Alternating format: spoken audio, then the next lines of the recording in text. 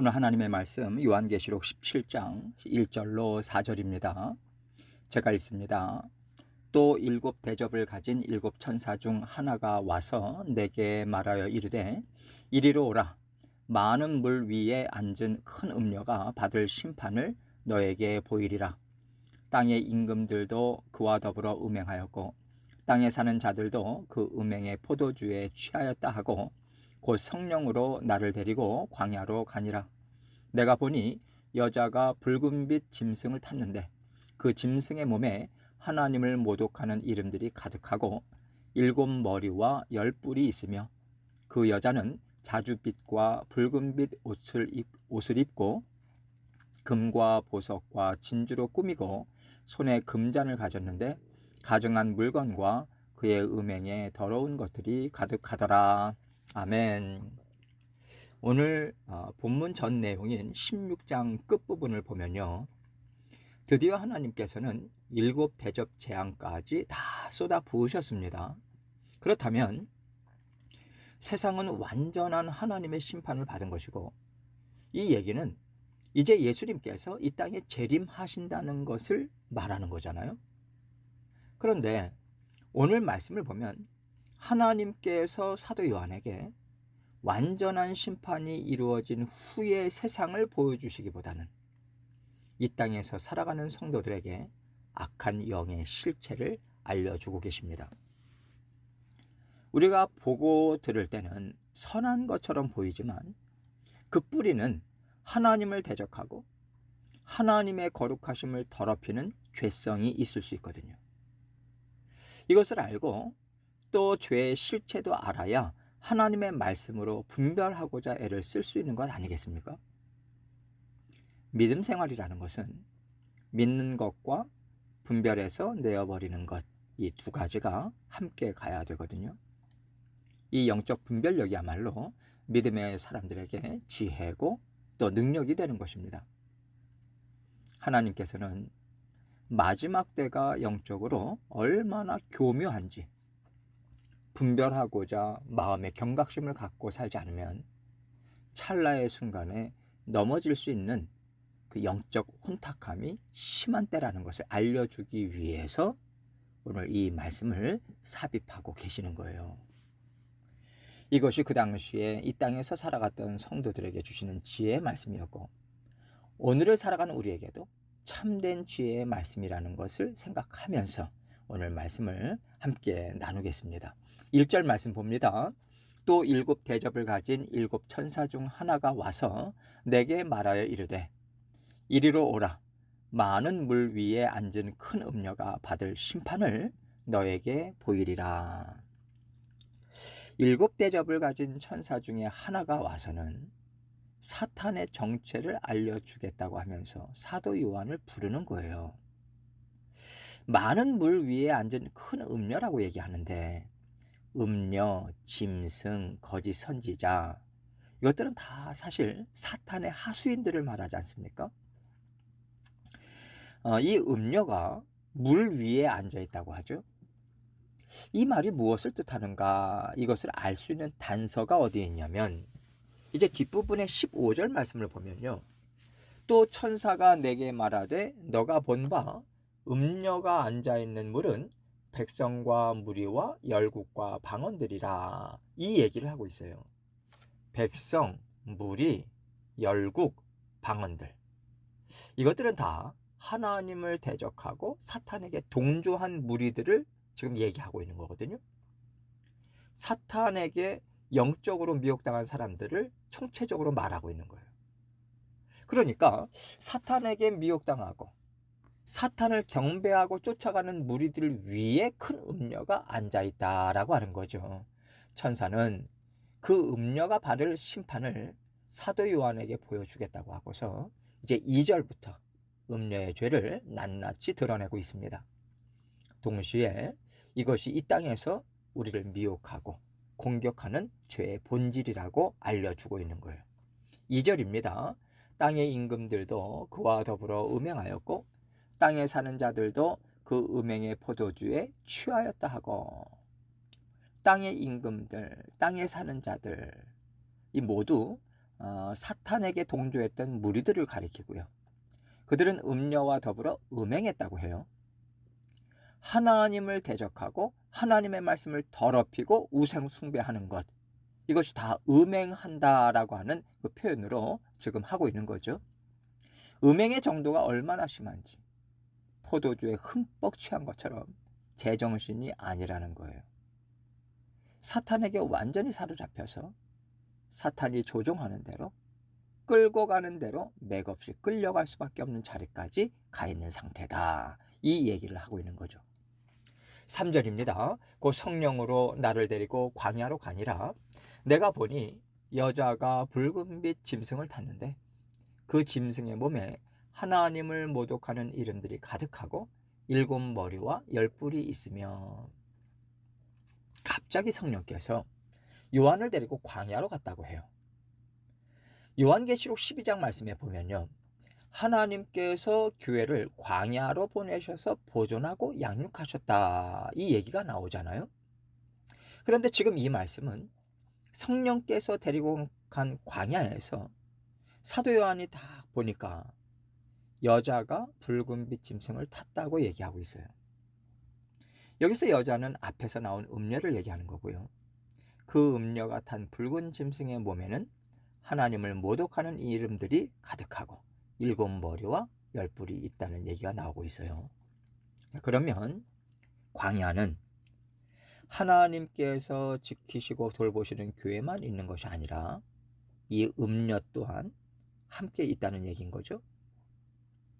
하나님의 자녀들이 살아 역사하시는 하나님의 손길을 보면서 하나님과 동행하는 광야길, 하나님의 은혜가 충만한 그 길은 하나님의 은혜가 풍성하니까, 하나님이 돌보시니까 평안하고 걱정 근심도 없고 애쓸 필요도 없이 기뻐하면서 편히 살면 되는 터전이 아니다라는 말을 하는 거예요.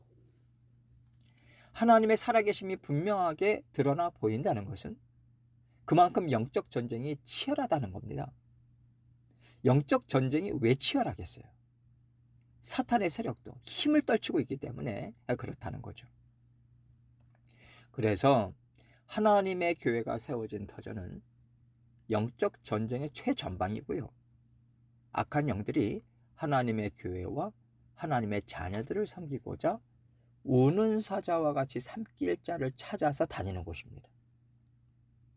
그렇기 때문에 더욱 치열한 영적 전쟁에서 지키시고 보호하시고 또 성도들이 힘있게 하나님을 따르게 하기 위해서 하나님께서는 더욱 하나님의 살아계심과 하나님의 역사를 맛보아 알게 해주고 계신 것이죠.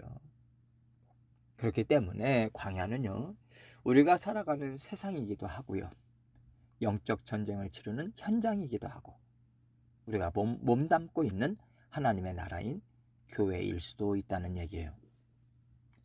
그래서 우리 믿음의 성도들이요, 좀 쉬자, 내 몸을 좀 편히 하자, 내 마음을 좀 즐겁게 하자, 내가 좋아하는 거 추구하자, 이렇게 찾아가다 보면 어느새 세상 유혹에 넘어갈 수 있는 곳이에요. 그래서 그 당시에 믿음 생활을 하던 하나님의 자녀들에게도 너희가 믿음으로 살아가고자 애를 쓰지만 마음이 찢어질 것 같고 고통 중에 있고 부르짖을 수밖에 없는 것이 바로 치열한 영적 전쟁 가운데 있기 때문이라고 말씀해 주고 계시는 거예요. 그러나 하나님은 교회를 지키고 또 돌보시고요, 하나님의 이름으로 책임지시기 때문에 너희는 안전하고 너희는 넉넉히 믿음의 싸움을 잘 싸워나갈 수 있다, 이것을 동시에 말씀해 주고 계시는 겁니다. 그래서 하나님께서는 감당해라, 싸워라, 깨어있어라, 지속적으로 말씀을 해주고 계시는 거죠. 그리고 이제 4절은요, 우리와 치열한 영적 전쟁을 하고 있는 음녀의 특징에 대해서 이렇게 가르쳐주고 있습니다. 4절입니다. 그 여자는 자주빛과 붉은빛 옷을 입고 금과 보석과 진주로 꾸미고 손에 금잔을 가졌는데 가증한 물건과 그의 음행에 더러운 것들이 가득하더라. 그 당시에 자주빛과 붉은빛의 옷은요, 귀족이나 돈 많은 사람들이 입었던 옷이에요. 이것을 지금 음녀가 입고 있었고 금과 보석, 진주로 꾸몄다는 것은 너희가 나를 쫓으면 내가 너희에게 부귀영화를 줄 것이다. 이렇게 사람들을 유혹하고 또 이것을 원하는 사람들은 음녀를 쫓았다는 얘기인 거죠. 결국 사람들을 잘 먹고 잘 사는 거, 높은 자리에 올라가는 욕망에 취하게 만들어서 자신도 모르게 사탄을 쫓게 만든다는 겁니다. 손에 금잔을 가졌는데 가증한 물건과 그의 음행에 더러운 것들이 가득하더라. 그냥 잘 먹고 잘 살게 하는 정도가 아니라 우상 숭배까지 하도록 만든다는 겁니다. 여기서 가증한 물건이라고 하는 것은요, 우상 숭배할 때 쓰는 물건을 가리키거든요. 그러니까 사탄이 하는 일은 종교적인 타락뿐만 아니라 죄를 즐기는 자리까지 가게 한다. 이것을 지금 폭로하고 있는 겁니다. 지금 이 시대를 보면요, 이 말씀이 잘 이해가 되지 않습니까? 물질 만능주의잖아요. 돈만 있으면 지식도 살 수 있고 지혜도 살 수 있고 권세도 살 수 있어요. 젊음도 살 수 있어요. 건강부터 모든 것을 다 가질 수 있도록 만드는 것이 지금 세상이거든요. 지금 사람들은요, 돈에 취해 있습니다. 젊음에 취해 있어요. 정욕에 취해 있어요.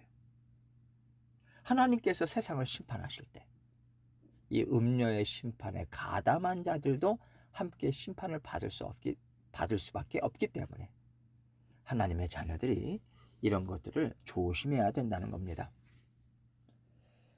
그런데 우리가 우리 자신을 생각할 때요, 나는 그렇게 돈을 쫓아서 살지 않는다, 이렇게 여길 수 있어요. 내가 그렇게 세상의 것을 좋아한다고 생각하지 않을 수 있습니다.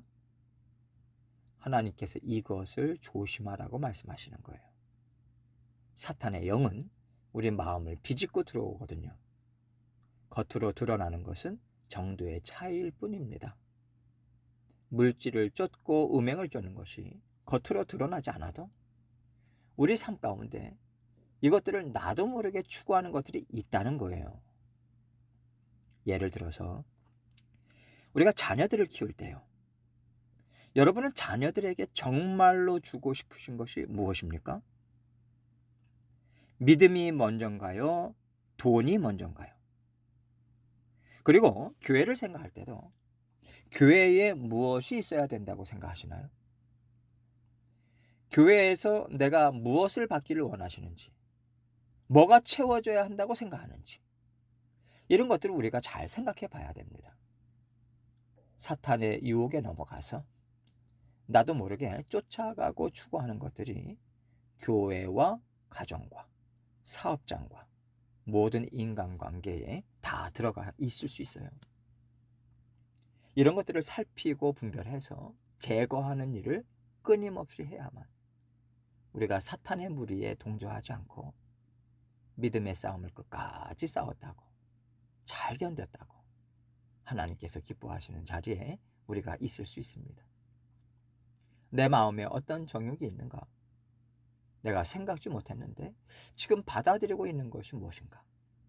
하나하나 세밀하게 들여다보는 시간을 자꾸만 가져야 돼요. 하나님께서 주시는 말씀으로 채우고 또 그것으로 깨어있고 분별하고자 애써서 하나님의 기쁨에 참여하시는 저와 여러분이 되시기를 주님의 이름으로 축원합니다.